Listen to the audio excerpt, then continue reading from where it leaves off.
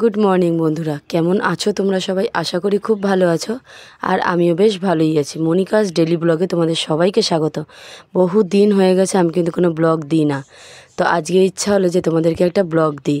কারণ আজকে যেহেতু ছট পুজো, আজকে হচ্ছে তোমার সোমবার, তো সোমবারের সকাল আমাদের পাশে এক ভাগ্নি, যেহেতু আগের ভিডিওটা আমার নেই, মানে আগের চ্যানেলটা আমার নেই বলে তোমরা জানো না, সেই ভিডিওতে তোমরা জানো যারা যারা দেখেছো আর কি। আমার ভাগ্নি এখানে একটা পুজো করে, নিজের ভাগ্নি নয়, আশেপাশেই থাকে, তাহলেও ভাগ্নি।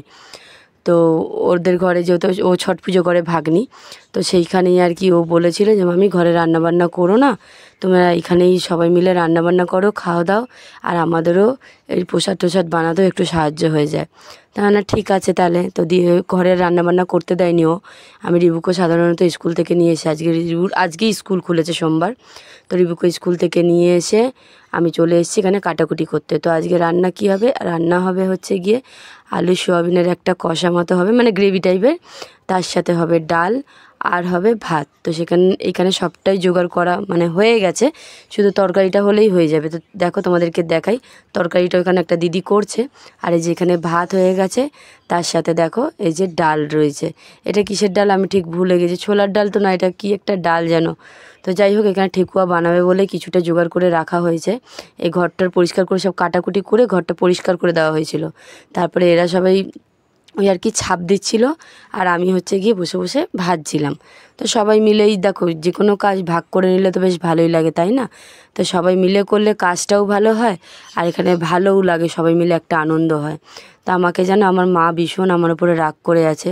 তার একটাই কারণ, মা অনেকবার করে বলেছিল বাড়িতে যাওয়ার জন্যে, আমি যাইনি। কেন যাইনি বলছি, প্রথমত আমার শরীরটা খুব একটা ভালো নেই, তারপরে রিবুর স্কুলটা সোমবারেই খুলেছে। এবার আমি যদি বাড়ি থেকে যাতায়াত করি তাহলে তো আমার একটু সমস্যা হয়ে যাবে বলো, সব জিনিস ছেলের বয়ে নিয়ে যাওয়া নিয়ে আসা, আর প্রথম দিনই কি স্কুলটা খুলে কি কামাই করাটা ঠিক হবে বলো তো? সেই জন্যই আর কি মানে বাড়িতে আর কি যাওয়া হয়নি। তো সেই নিয়ে আমার মায়ের তো বিশাল রাগ, তো রাগ হলেও কিছু করার নেই। আর এই দেখো এখানে আমরা দুপুরবেলা খেতে বসে পড়েছি, তারপরে যাবো গঙ্গায়। हाय गाइस, मेरा घर में छठ पूजा हो रहा है।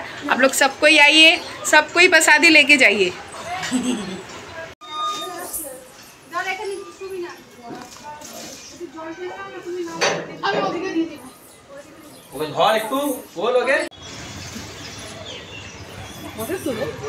ফটো তুলবো পরে, তুই নিয়ে চল।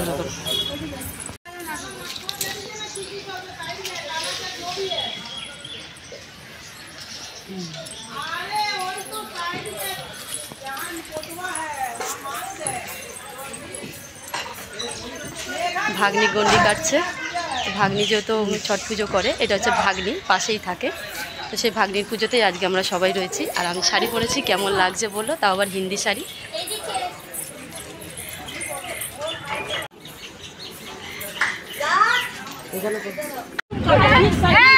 নীল বেরিয়ে গেছে, নীল তো বাইকে ছেড়ে দে, চল চল তো বাবা, পুজো করতে পারলে আমি ইয়ে করতে পারি। দেখো আমরা প্রিন্সেপ ঘাট রেখে প্রিন্সেপ ঘাট সবাই মিলে চলে এসেছি। দেখো এখানে সবাই রয়েছে, এই যে মেন লোক সে নেই,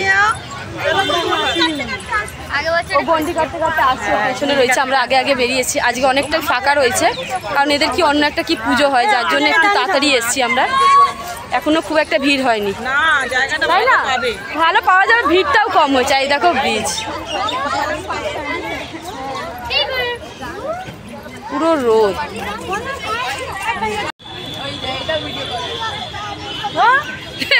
এইগুলোই তো আনন্দ, বলো তো বাবাই দাঁড়ায়। দেখো এই যে আমরা সবাই মিলে যাচ্ছি। আমার ফোনে একটা দাগ হয়েছে, বিহারি হয়েছে। আমার ফুল লুকটা দেখা একবার। হ্যাঁ ওই জন্যই বললাম, চলো না করো।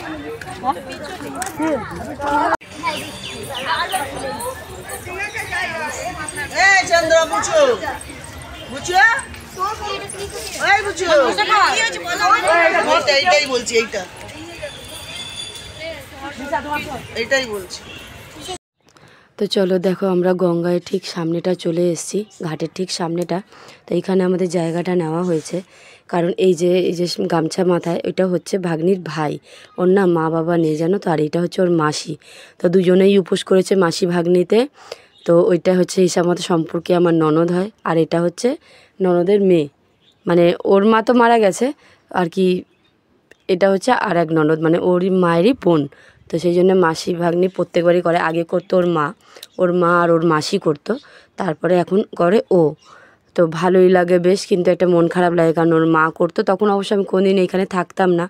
আমি হচ্ছে কি আগে তখন ভাড়া বাড়ি থাকতাম বাসধনীতে, আর তারপরেও আমি প্রত্যেক বছর মায়ের বাড়ি চলে যেতাম। তো এই 2 বছর থেকেই আমার আর কি মায়ের বাড়ি যাওয়া হচ্ছে না, এই বাচ্চাদের স্কুল টিউশন এইসব ভাবনা চিন্তা করেই আর কি যাওয়া হচ্ছে না বলে তাই। তো যাই হোক, চলো দেখো আমাদের পুজো টুজো সব হয়ে গেছে, করে এবার বাড়ি ফেরার পালা। আর ভাগ্নির মুখটা দেখে তোমরা বুঝতেই পারছো প্রচণ্ড ক্লান্ত, কারণ অ্যাকচুয়ালি ও না একদম ঘুমাতে পারছে না, কারণ পুজো পার্বণ হলে যা হয়, আর নিজের ঘরের পুজো তো আরও কষ্ট, ওর ঘর ভর্তি লোক, দেখো রান্না খাওয়াটাই তো বড় কথা না, আরও তো এই যে পুজোর যে কাজ বা সমস্ত রয়েছে, তোরা মাসি ভাগ্নিতে পুজোর কাজ বা সব মাসি ভাগ্নিতে মিলেই সামলাচ্ছে, শুধু রান্নারটুকু এদিকে আমাদেরকে বলেছে করতে, বাচ্চাদেরকে খাওয়া দাওয়া করাতে, এইটুকু, বাকি সমস্তটা ওরা মাসি ভাগ্নিতেই করছে। আর এখানে আমরা গঙ্গা থেকে আসার পর ওদের না একটা কি কুশি ভরা মানে নিয়ম হয়। তা আমাকে বললো যে মামি তুমি এখন কিন্তু কাপড় ছাড়বে না, নিয়মটা করে নাও তারপরেই ছাড়বে। তো এতে 5টা সধবা বা 9টা সধবা 11টা সধবা এরকম বিজোড়ে লাগে। তো তাই আর কি আমরা শাড়িটা খুলিনি। তো এখানে নিয়মটা একেবারে করে নিয়ে তারপরে গিয়ে শাড়িটা খুলে তারপরে দেখা যাক কি রান্না হয় না হয়। শেষ মুহূর্তে মনে হচ্ছে রান্না খুব একটা করতে হবে না, কারণ অ্যাকচুয়ালি সকালে সয়াবিনের তরকারি করা হয়েছিল, অনেকটা বেঁচে গেছিলো, অনেকটা ডালও রয়েছে, ভাতও রয়েছে, তার সাথে হচ্ছে গিয়ে রুটি যদি করতে হয় অল্প কটা রুটি, আর দেখতে হবে তরকারি কিছু করা যায় নাকি, নাহলে এমনি ডাল সয়াবিনের তরকারি আর ভাতটা আছে। আর আমি এখানে ভিডিওটা তোমরা একটু অগোছালো দেখতে পারবে, কারণ যেই ভিডিওগুলো আমার হাতে হয়েছে সেইগুলো মোটামুটি ঠিকই আছে, এই ভিডিওগুলো আমার হাতে হয়েছে। আর একজনকে আমি দিয়েছিলাম ভিডিও করতে, বাচ্চা মেয়ে, ও ভীষণ বাজেভাবে ভিডিও করছে, বাজেভাবে বলতে কারোর গলা কাটা হয়ে গেছে, কারোর মাথা কাটা হয়ে গেছে, এরকমভাবে ও ভিডিওটা করেছে। বাচ্চা মানুষ তো করতে পারিনি, চঞ্চলতা করেছে তো একটু ভিডিওটা কেঁপে গেছে, কখনো ক্যামেরাটা সোজা করেছে, কখনো আবার চওড়া করেছে, এইভাবে ভিডিওটা করেছে, ঠিকঠাক ভিডিও করতে পারিনি। তো যাই হোক চলো, আবারও বললাম গুড মর্নিং। তো দেখো এখন কটা বাজে জানো, ঘড়িতে বাজে ঠিক 3টে। এটা হচ্ছে সকালবেলায় ঘাটে যাওয়ার সময়টা, এখন বাজে ঘড়িতে ঠিক কটা বাজে রেখা, 3টে না, 3:10 বাজে। এখন আমরা এই যে গন্ডি কাটছে, আস্তে আস্তে যাচ্ছি।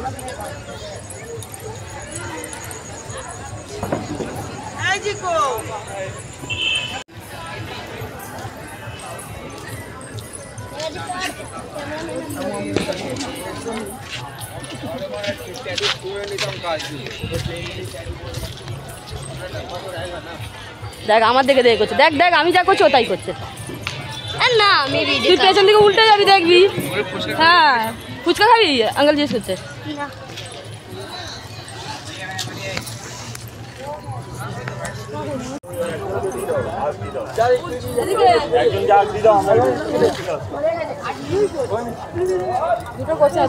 তুই আমারটা করেছিস তো, তোকে পিঠা করেছি। তো দেখো আমরা আবারও সেই ঘাটে এসে পৌঁছালাম। ঘাটটা হচ্ছে যেখানে কালকে পুজো করেছি, মানে কালকে আর কি ওরা করেছিল সেইখানটায়। আর এই তোমরা আগগুলো দেখে কি কিছু বুঝতে পারছো, এইগুলো হচ্ছে বাড়িতে যে কালকে সন্ধেবেলায় যে তোমরা দেখলে পুজোগুলো, সেই পুজোটাই কিন্তু ওদের এখানে সকালে আবার হয়। সকালে বলতে সূর্য ওঠার একদম আগে, সূর্য এটা মানে এইটাতে আর কি সূর্য দেখানো যাবে না, তো সেই জন্যই এখানে খুব তাড়াতাড়ি আসা। আমরা ঘর থেকে বেরিয়ে পড়েছিলাম কটা 2:45 নাগাদ। তো আমরা 3:10 নাগাদ তো এখানে পৌঁছে গেছি। পৌঁছে এখানে ওরা আগে এই পুজোটা করে নিয়ে আর এই যে এই পুজোর যা যা জিনিস এগুলো সব আগে সরিয়ে দেবে, তারপরে হচ্ছে ছট পুজোর যে জিনিসগুলো সেইগুলো আবার ওরা নামাবে, গোছাবে। আর এখানে ভোরবেলা তো দেখো বেশ ভালো লাগছে, ভোর বলতে রাত্রি, আমার এত ঘুম পাড়ছে, 3:30 বাজে। এবার দেখো আমাদের তো এইভাবে ওঠা সম্ভব না, মানে যত কোনো দিন উঠি না, একমাত্র ছট পুজো ওদের সঙ্গে গঙ্গায় গেলেই উঠি। আর আমি বাপের বাড়িতে থাকলে মানে এত তাড়াতাড়ি উঠতে হয় না, কারণ আমাদের বাপের বাড়িতে গঙ্গা একদমই কাছে, একদমই কাছে, সেখানে আমাদের এত সকালবেলা উঠতেই হয় না। আমরা কি 5:30 গেলে হয়ে যায়। আর এখানে দেখো সকালবেলাটা তোমার দাদা ভাইও এসেছিলো, তো ও হাফ প্যান্ট করে আছে, সেটা তোমরা কিছু মনে করো না, কারণ ও এসছে গঙ্গায় স্নান করবে। ঘরের সামনে যে বাড়িতে উঠে চলে এসেছে, ও গঙ্গায় স্নান করবে, রিবু করবে, তো সেই জন্যে আর কি ও হাফ প্যান্টটাই পরে এসছে। আর আমি ব্যাগে জামা কাপড় নিয়ে এসেছি স্নান টান করে পরবে বলে। এইবার দেখো তোমরা ভোরের আলোটা ঠিক মানে ঝলমল ঝলমল করছে। আর এবারের লোকের ভিড় দেখো, এখানে যেরকম ভিড় সেরকম গাইডনেস, প্রচুর পুলিশ ভর্তি, প্রচুর রকম ব্যবস্থা রয়েছে। কিন্তু পুজোটা যতক্ষণ না সূর্য উঠবে ততক্ষণ পুজোটা হবে না, এই আর কি। তো এরপরে হয় আমি আর ভিডিও করতে পারিনি, কেন বলবো, এতটা ভিড় হয়ে গেছিলো, এতটা ভিড় হয়ে গেছিলো, মানে অতিরিক্ত ব্যাপার হয়ে গেছিলো যে তোমাদেরকে আমি ভিডিওটা করবে কী করে। আর আমার ব্যাগে যত মোবাইল, না তো 7 থেকে 8খানা মোবাইল, পার্স, কার ব্লুটুথ, কার হেডফোন, সব আমার ব্যাগে ছিল, আমি কিচ্ছু করতে পারিনি আর ভিডিও। তাহলে চলো আজকের মতো টাটা, তোমাদের কেমন লাগলো জানি।